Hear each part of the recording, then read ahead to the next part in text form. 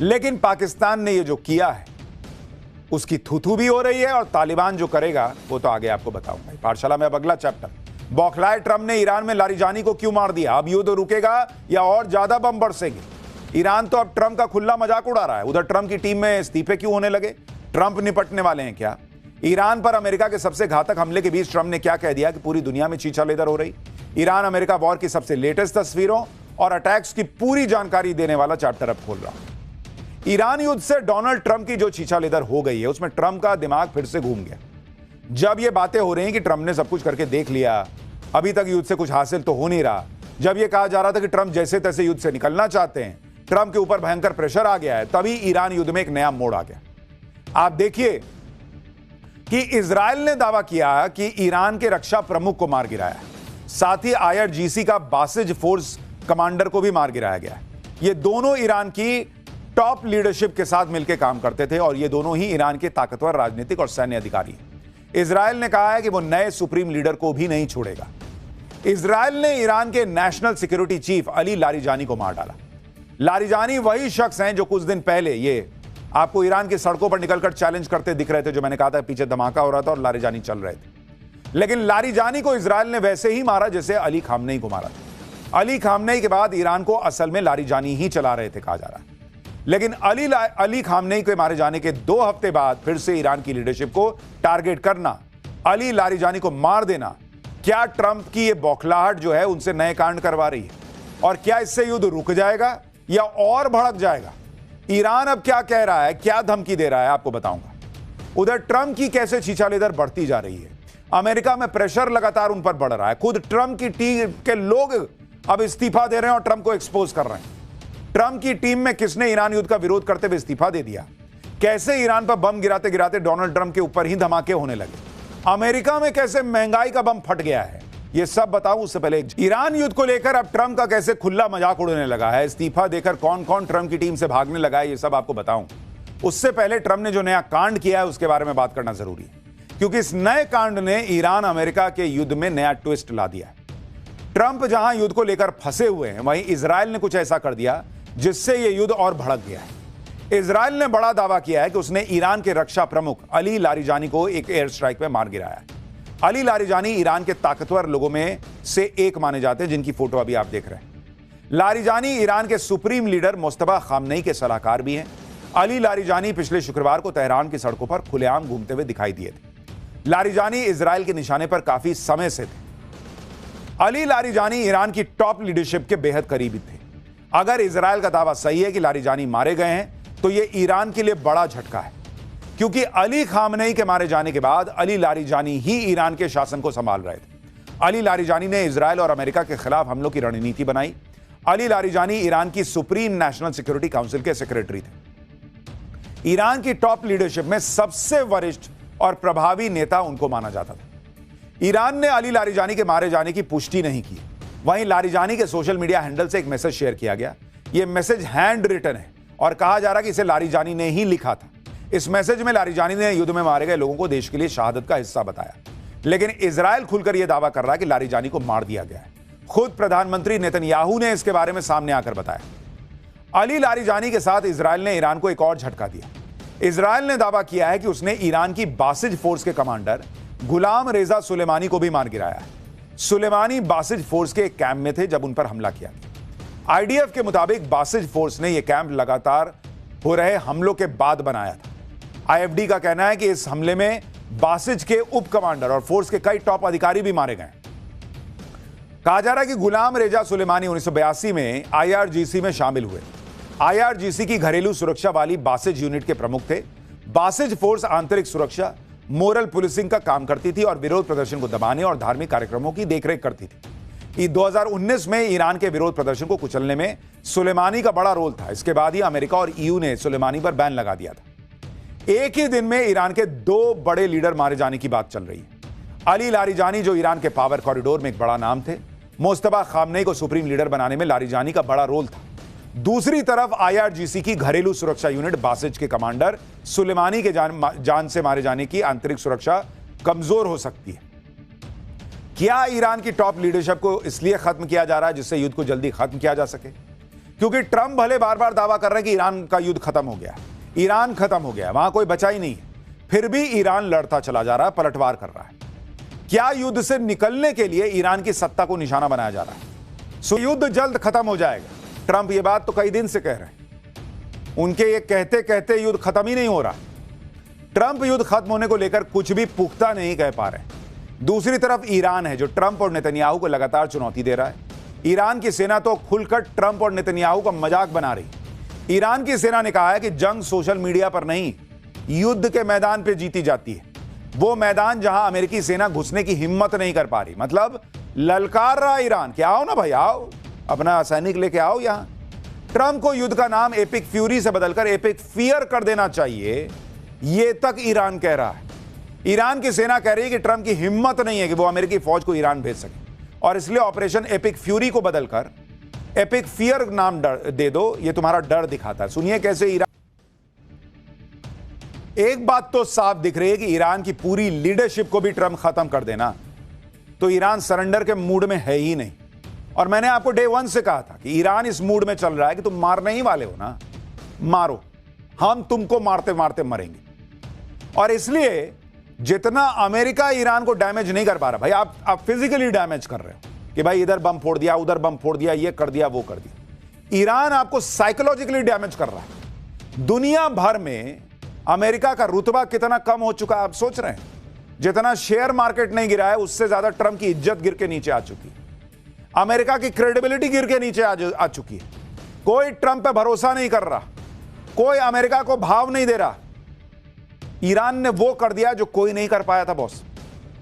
America को यहां नीचे नीचे लाकर गिरा दिया उसने, उसकी इज्जत की छीछालेदर कर दी। और यह बात अली खामनेई को मारे जाने के बाद ईरान ने दुनिया को साबित करके दिखा दिया। अब लारिजानी को भी मार दिया तो उसके बाद उसका बहुत कम असर है। ईरान इससे भी झुक जाएगा लगता नहीं। ईरान जिस तरह से ताकतवर ट्रंप का सामना कर रहा है, उससे खुद ट्रंप हैरान। ईरान ने खाड़ी देशों में अमेरिकी ठिकानों को निशाना बनाया। यह तस्वीरें देखिए, इराक के बगदाद में अमेरिकी एम्बेसी पर ड्रोन से हमला किया। बगदाद में ही एक और ठिकाने पर ईरान ने ड्रोन से हमला किया, जिसे एयर डिफेंस रोक नहीं पाया। इस हमले में 4 लोगों की मौत की खबर है। ऐसे ही कतर की राजधानी दोहा पर भी ईरान ने हमला किया। दोहा में ईरान ने ड्रोन और मिसाइल से हमला किया, जिसके बाद दोहा में कई जोरदार धमाके की उम्मीद किसी को नहीं थी। खुद ट्रंप कह रहे हैं बॉस कि वो शॉक्ड रह गए जिस तरह से ईरान ने पलटकर हमला कर दिया। सुनिए ट्रंप को, अब मान रहे हैं कि क्या ईरान ने कैसे उनको झटका दिया। Thank you. You were talking about Iran a couple times today and what they did after Epic Fury began. You said they hit Qatar, Saudi Arabia, UAE, Bahrain, Kuwait. Nobody expected that. We were shocked. Are you surprised that nobody briefed you ahead of time that might be their retaliation? Nobody. No. The greatest experts, nobody thought they were going to hit.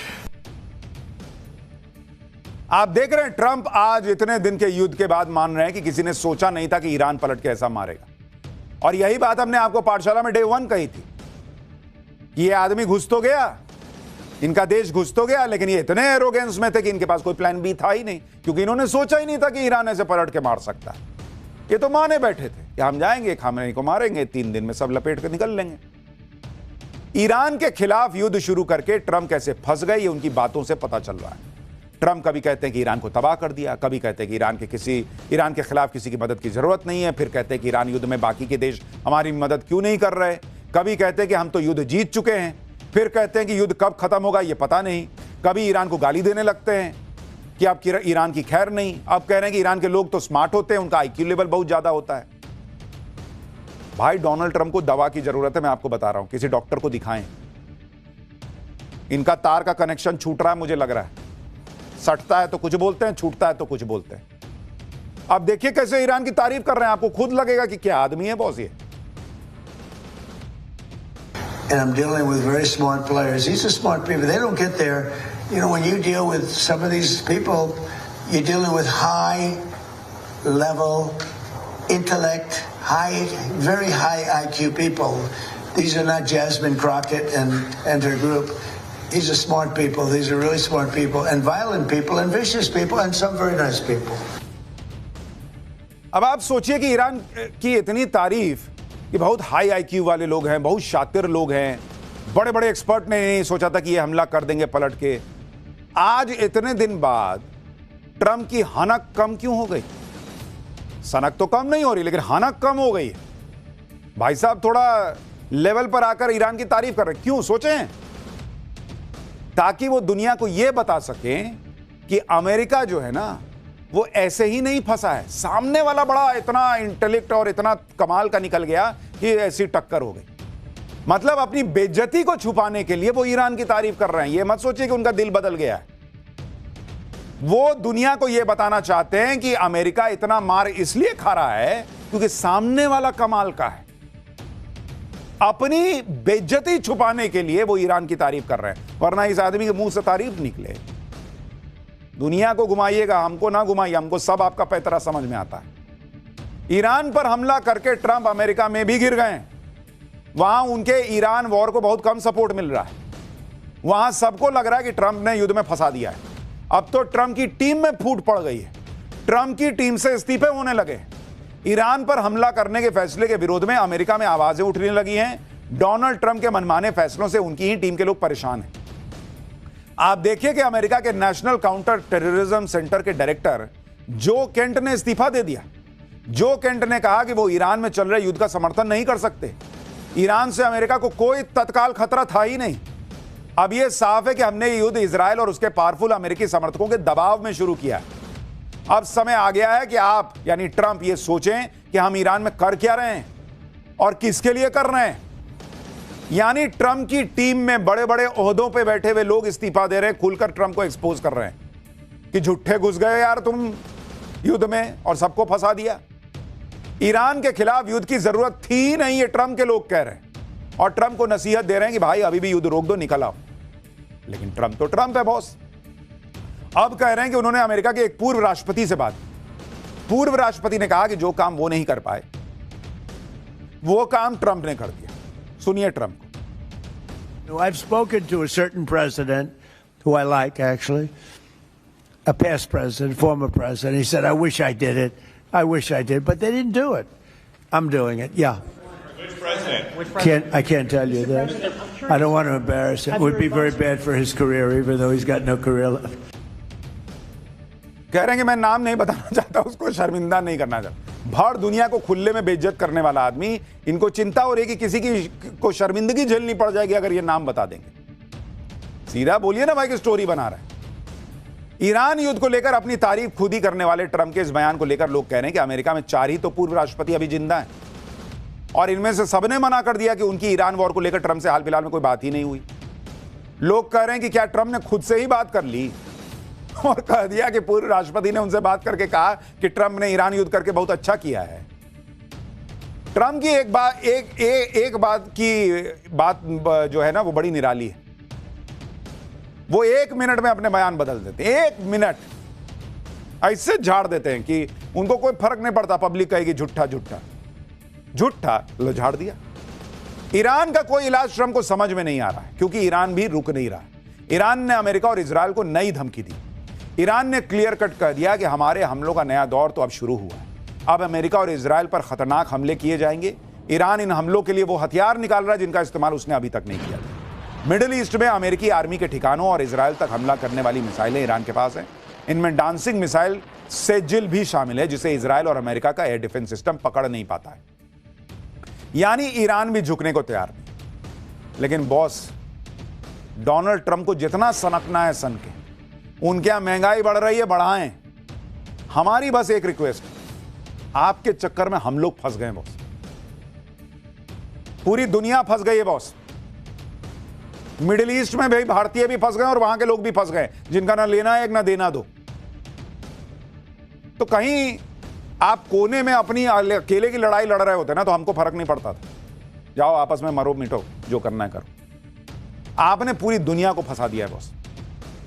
पूरी दुनिया में त्राहिमाम बढ़ता चला जाएगा, महंगाई बढ़ती चली जाएगी, समस्याएं बढ़ती चली जाएंगी अगर यह युद्ध जल्दी नहीं रुका। हरियाणा में राज्यसभा की 2 सीटों के लिए चुनाव